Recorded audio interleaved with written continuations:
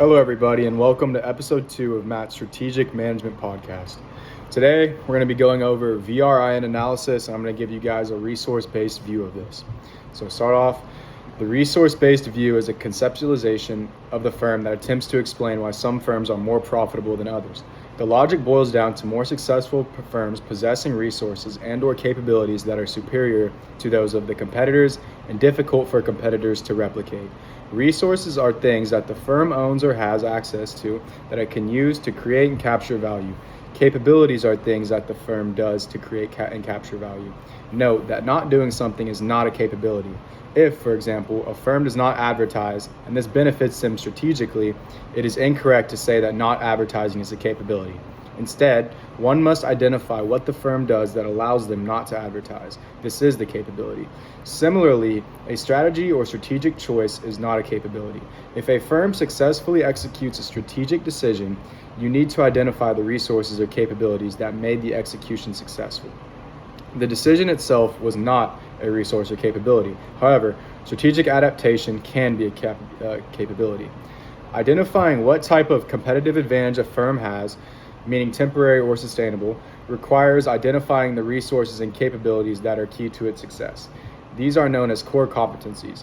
Each of them, or relevant combinations, should be analyzed according to the VRIN criteria. How valuable it is, meaning, does it increase the price customers are willing to pay, attract more customers, or lower costs to the firm? How rare it is, meaning, do other firms have access to a similar competency? How costly it is to imitate, and how costly it is to substitute, meaning, can other firms easily access a different resource or capability that accomplishes the same purpose? Rarity is the characteristic that most students have a hard time understanding. The question of rarity very much has to do so with nature or degree. For example, most firms have reputations, but when assessing the rarity of the reputation of a specific firm, the question is not whether other firms have reputations. The question is whether many other firms have a reputation that is similar to the reputation of the firm being analyzed. Similarly, the degree or quality of the resource matters. For example, if a manufacturer has been recognized as the highest quality manufacturer in its field, then its reputation for quality is rare, even if other competitors have reputations for quality. Being seen as the best is rare. Another common problem with reasoning about rarity is when the analysis says that a resource is not rare, but it is difficult to imitate. That this does not make sense. If a resource is not rare, then it must not be difficult to imitate because it has been imitated many times.